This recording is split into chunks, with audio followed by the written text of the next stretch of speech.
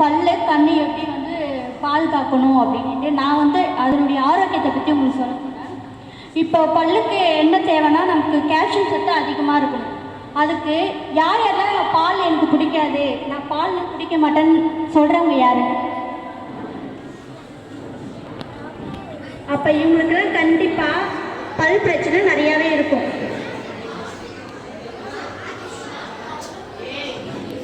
பால் வந்து அதிகமாக உடம்புக்கு தேவையான சத்துக்களை கொடுக்க வேண்டியது. அதனால பால் காலையிலையும் நைட்டும் கண்டிப்பாக எடுக்கணும், சரிங்களா? அதேமாரி சார் சொன்னாங்க கண்ணு வந்து கண்ணுடைய ஆரோக்கியத்தை பற்றி நான் சொல்கிறேன். இப்போது கண்ணுக்கு தேவையானது வந்து கீரை சத்துக்கள் அடங்கிய உணவுப் பொருட்களை நீங்கள் எடுத்துக்கணும்.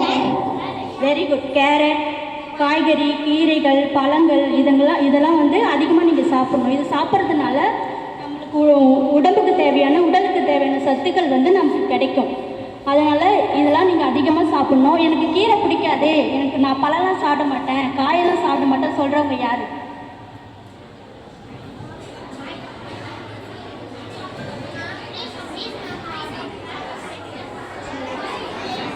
அப்போ ஓகே. அப்போ இதெல்லாம் நீங்கள் நிறைய பேர் சாப்பிட்றவங்க அதிகமாக இருக்கிறீங்க. இதெல்லாம் நிறைய பேருக்கு பிடிக்கும், சரிங்களா? அதே மாதிரி ஸ்நாக்ஸ் வந்து வீட்டில் வந்து அம்மா வந்து எனக்கு வந்து ஃப்ரூட்ஸ் கொடுங்கம்மா, காய்கறி கொடுங்கம்மா. காய்கறின்னு எப்படின்னா வந்து கேரட்டு, வெள்ளரிக்காய், இந்த மாதிரி ஸ்நாக்ஸை வந்து நீங்கள் ப்ரிப்பேர் பண்ணி எடுத்துகிட்டு வரலாம். இதுதான் வந்து உங்களுக்கு ரொம்ப நல்லது. இந்த நொறுக்கு தீனிங்க இதெல்லாம் வந்து நம்ம அவாய்ட் பண்ணிடணும், சரிங்களா? அதே மாதிரி சுத்தம் சுகம் தருன்னு சொல்லுவாங்க. நம்ம டெய்லியும் காலையில் எழுந்த உடனே குளிக்கணும். முதல்ல குளிச்சுட்டு நம்ம வந்து குளிக்கும் போது இந்த கண் இருக்குது பார்த்திங்களா, அது ரொம்ப முக்கியம் நம்ம உடம்புக்கு.